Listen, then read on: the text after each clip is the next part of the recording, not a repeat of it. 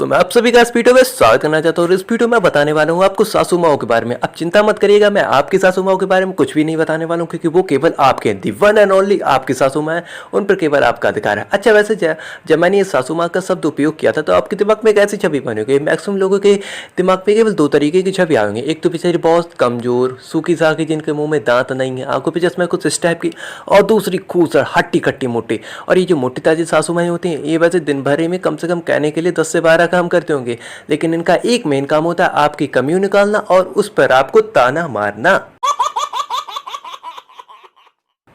लेकिन मैं ना आपको इस वीडियो में टीवी इंडस्ट्री के सासू माँ बताने वाला हूँ। वैसे नॉर्मली क्या होता है हम लोगों के साथ कि हम लोग की जो सासू माएँ होती है ना, समय के साथ उनका रंग फीका पड़ जाता है और वो बुढ़ापे का शिकार हो जाते हैं, लेकिन टीवी इंडस्ट्री में ऐसा बिल्कुल भी नहीं होता। इन शॉर्ट अगर मैं आपकी पिक दिखाऊँ तो आप कंफ्यूज हो जाओगे उसमें कौन सास है कौन बहू है।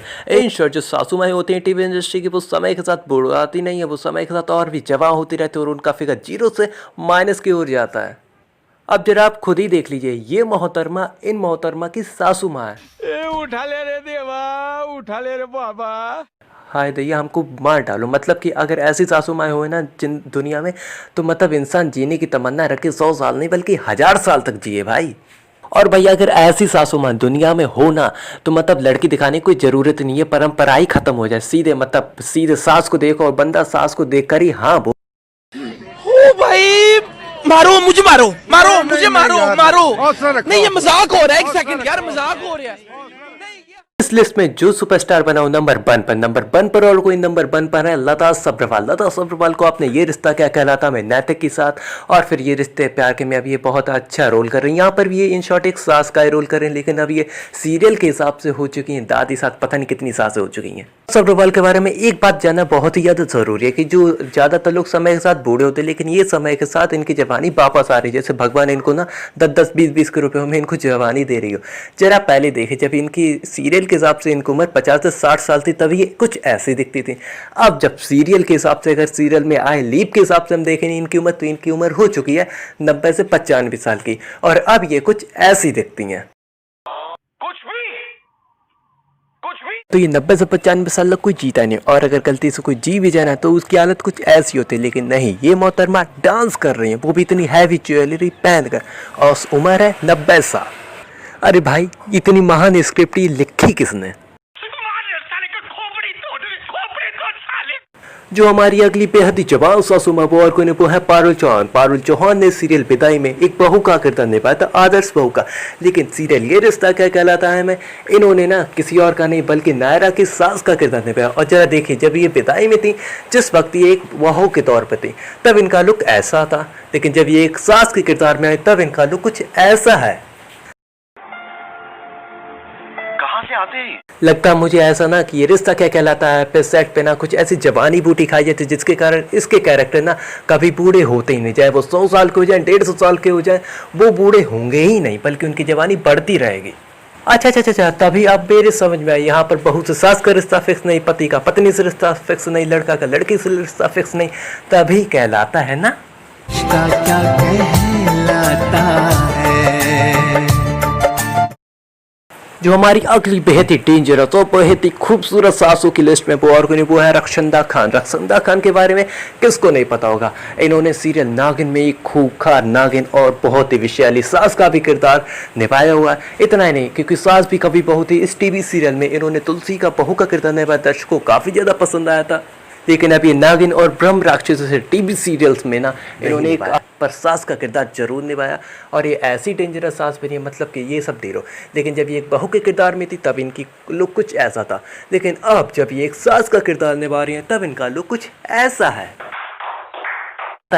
अच्छा हमें लगता है ये टीवी सीरियल्स वाले ना अब बहुओं से ज़्यादा सास के लुक पर ज़्यादा मैटर ध्यान देते हैं, और इसीलिए मेरे अंकल जी ना आजकल डेली सोप्स के बहुत ही बड़े आशिक हो चुके हैं। हमारी जो अगली सास है, और ये सास कोई मोटी नहीं है और ना ही बेहद पतली है, ये सास है पहली दुनिया की 0 फिगर वाली सास। जी हाँ, मतलब आप ये फोटो देखिए और इसमें बताइए कौन सास है कौन बहू है। मैं तो भाई ना मेरे को ना इसमें सास बहुत ही ज़्यादा खूबसूरत लग रही है। और ये है हमारी लवली शासन। इन्होंने सीरियल साथ निभाना साथिया में परिणीति का किरदार निभाया था, जो कि पहले एक बहू के रूप में है, लेकिन कुछ सालों बाद इन्होंने सास का किरदार निभाया, लेकिन फिर कुछ महीनों बाद इन्होंने एक दादी का भी किरदार निभाया। अभी किरदार निभाया। मतलब भाई ऐसी दादी दुनिया में कहाँ होती हैं, हमें बता दो, हम भी ले आए। जो हमारी अगली बेहद ही सुंदर सुशील आदर्श सास है, ये और कोई नहीं, ये है गोपी बहू। हाँ भाई वही वाली गोपी बहू जिन्होंने लैपटॉप धोकर टांग दिया था, वही गोपी बहू। आप बिल्कुल सही हो।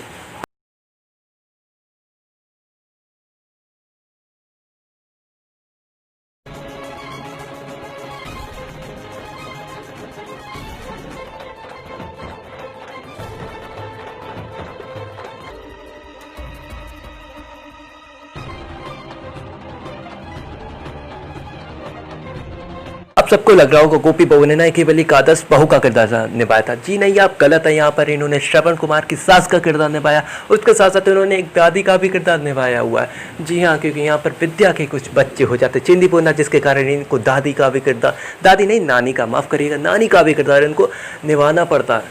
और इतना ही नहीं, शो के एंड में इन्होंने सीता की सास का भी किरदार निभाया। मतलब भाई इतनी सुंदर इतनी बेहतरीन सासें कहाँ मिलती हैं, हमें बता दो, हम भी ले आए। मतलब यार जब ये लोग स्क्रिप्ट लिखते तब इनका दिमाग कहाँ चला जाता। जो सारे मिलके हमको पागल बना रहे हैं, मादर चौथ के बच्चे इतने गांड फटी के ये बड़े। मतलब कुछ और यार सोचते ही नहीं, कितनी जवान सास कहाँ देखने को मिलती हैं भाई, हमें कोई बताए तो। अब जरा ये और फोटो देख लीजिए, इसमें 3 जनरेशन खड़ी हैं। मतलब पोती खड़ी, फिर उनकी माँ खड़ी, फिर उनकी सास खड़ी है। अब भाई ऐसा लग रहा है जैसे 3 सहेलियाँ खड़ी हो। मतलब कि यार ये टीवी सीरियल्स वाले ना किसी को भी कुछ भी बनाकर ढील दे, तो कुछ भी लॉजिक वॉजिक लगाते ही नहीं है यार। तभी मैंने ये रिश्ता क्या कहलाता और साथ निभाना साथ, ये तो टीवी सीरियल बड़े अच्छे से फॉलो किए थे ना। और तभी आज भी मुझको बहुत ही डरावने इतने भयानक सपने आते जिसका मैं जिक्र भी नहीं करना चाहता। ये साथ निभाना साथ है तो चला भाई चला गया, लेकिन ये रिश्ता क्या कहलाता इसका कोई अता पता नहीं। अब लगता है मेरे बच्चे हो जाएंगे उसके बाद भी इसका कोई अता पता नहीं होगा। जनरेशन टू जनरेशन ये चलता ही रहेगा। तो अगर आपको वीडियो पसंद है तो प्लीज वीडियो को लाइक कर दीजिए, subscribe my channel, press the bell icon so you never miss any update from me till then.